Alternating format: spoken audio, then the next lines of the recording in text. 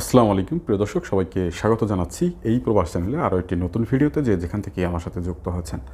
তো প্রিয় দর্শক, ইতিমধ্যেই এই প্রবাস চ্যানেলের যে দর্শক যারা রয়েছেন তাদের উদ্দেশ্য করে কিন্তু নতুন যে ভিসাগুলো আসলে বাংলাদেশে গিয়েছে করোনার আগে স্টাম্পিংকৃত বা টিকিট সব কিছু কমপ্লিট হওয়া যে ভিসাগুলো রয়েছে সেই বিষয় সম্পর্কিত কিন্তু অনেকগুলো তথ্য আমি আপনাদেরকে দেওয়ার চেষ্টা করেছিলাম এবং সবশেষ কিন্তু আপনাদেরকে জানিয়েছিলাম যে বাংলাদেশের পররাষ্ট্র মন্ত্রণালয়ের পক্ষ থেকে পররাষ্ট্রমন্ত্রী তিনি কিন্তু এটা ঘোষণা করেছিলেন যে নতুন ভিসাগুলো ক্যান্সেল করে সেগুলোকে রিইস্যু করতে হবে। এমনটাই কিন্তু সবশেষ তথ্য পাওয়া মতে আমি আপনাদেরকে জানাচ্ছিলাম এবং সেখানে কিন্তু আরও একটা বিষয় আপনাদেরকে জানিয়েছিলাম যে এই বিষয়গুলো নিয়ে কিন্তু বাংলাদেশের যে পররাষ্ট্র মন্ত্রণালয় বা বৈদেশিক কর্মসংস্থান মন্ত্রণালয় তাদের কিন্তু তৎপরতা অব্যাহত ছিল বা অব্যাহত রয়েছে। তারা কিন্তু অনর্গল চেষ্টা করে যাচ্ছে যে সকল প্রবাসীরা নতুন ভিসা নিয়েছে সৌদিতে আসার জন্য বা স্ট্যাম্পিং হয়ে গেছে, যেগুলো আসলে ঝুঁকির মধ্যে রয়েছে বা বিভিন্ন সমস্যা সংকটের মধ্যে রয়েছে, সেই বিষয়গুলো নিয়ে কিন্তু আসলে তারা বিভিন্ন সময় সৌদির যে অ্যাম্বাসি মানে ঢাকায় যে সৌদি দূতাবাস রয়েছে তাদের সাথে কিন্তু বারবারই বৈঠক করেছে এবং সেই বিষয়গুলো কিন্তু মিডিয়ার মাধ্যমে আপনারাও জানতে পেরেছিলেন। তো ইতিমধ্যেই আপনারা জানেন যে আজ 27 অক্টোবর ঢাকায় এই যে নতুন ভিসাধারী যাদের যে ভিসাগুলো স্টাম্পিং হয়েছিল করোনার আগে, তারা কিন্তু একটি ছোটোখাটো আন্দোলনের ডাক দিয়েছে যে তাদের কিছু দাবি দেওয়া রয়েছে, মানে বিভিন্ন যে সংকট সমস্যা কোনো ঝামেলা ছাড়াই তারা যাতে সৌদিতে এসে পৌঁছাতে পারে। তো সেই বিষয়টা কেন্দ্র করে কিন্তু আজকের সৌদি অ্যাম্বাসি মানে বাংলাদেশে থাকা যে দূতাবাস সৌদি দূতাবাস তারা কিন্তু একটা ঘোষণা করেছে, মানে বৈঠকের মাধ্যমে। তো এই বিষয়টি আসলে এখনও পর্যন্ত কিন্তু আনুষ্ঠানিকভাবে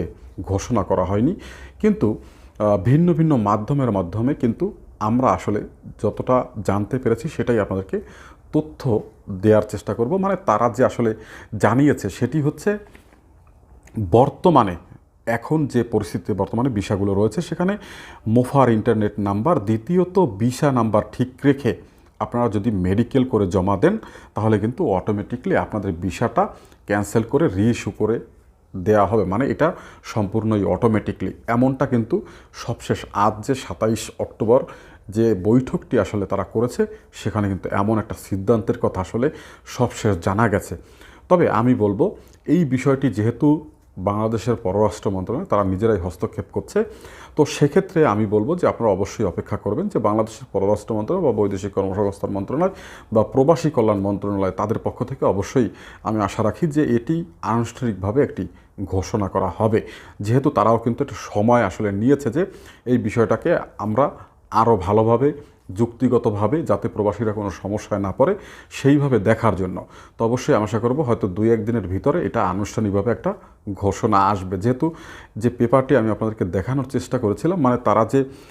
বিষয়টি সিদ্ধান্ত নিয়েছে সেটি কিন্তু সকল দেশের জন্যই আসলে নেওয়া হয় এবং বাংলাদেশের যে যেমনটা আমি বলছিলাম যে পররাষ্ট্র মন্ত্রণালয় বা বৈদেশিক কর্মসংস্থান মন্ত্রণালয় প্রবাসী কল্যাণ মন্ত্রণালয় তারা কিন্তু এই বিষয়টি নিয়ে আনুষ্ঠানিকভাবে একটা ঘোষণা দেবে, তারপরে কিন্তু আপনারা এই বিষয়টি নিশ্চিত হতে পারবেন। আসলে এমনটা কিন্তু আশঙ্কা করা যাচ্ছে এবং প্রিয় দর্শক যেমনটা বলছিলাম যে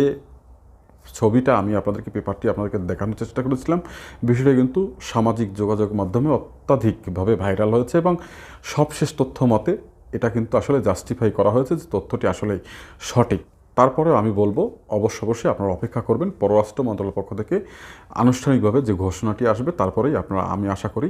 বিষয়টি নিয়ে নিশ্চিত হতে পারবেন। তো প্রিয় দর্শক, আসলে মূলত এই ছিল আজকের নতুন যে স্টাম্পিং ভিসাকৃত যে সকল প্রবাসীরা দেশে অপেক্ষা করছেন তাদের জন্য সর্বশেষ আপডেট। আর তথ্যটি যদি আপনার কাছে গুরুত্বপূর্ণ মনে হয়ে থাকে অবশ্যই শেয়ার করে সবাইকে পৌঁছে দেবেন। ভালো থাকবেন, সুস্থ থাকবেন সেই কামনা করছি। আল্লাহ হাফেজ।